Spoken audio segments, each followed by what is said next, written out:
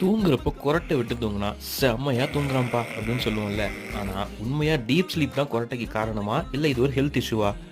கொரட்டை ஏன் வருதுன்னா, நம்ம மூக்கு, தொண்டையில காத்து ஃப்ரீயா போகாம பிளாக் ஆகுறப்போ டிஷ்யூஸ் வைப்ரேட் ஆகுறதுனால வருது. இது லைட்டா இருந்தா பரவாயில்ல. ஆனா லவுடா இருந்தா பக்கத்துல தூங்குறவங்களுக்கு டார்ச்சர் தான். கோல்டு, அலர்ஜிஸ்னால கொரட்டை வருது. ஓகே. அது நார்மல் தான். ஆனா ஓவர் வெயிட், ஆல்கஹால் கன்சம்ப்ஷன் இல்ல ஸ்லீப்பிங் பொசிஷன் சரியில்ல அப்படிங்கிறது இது மாரினாலயும் ஏர்வே பிளாக் ஆகும். இத நம்மளால மாத்திக்க முடியும். இதுக்கு மேல கொரட்டை விடுறது கம்மியாகும்னு நினைச்சீங்கன்னா, சைடு பொசிஷன்ல தூங்கி ட்ரை பண்ணி பாருங்க.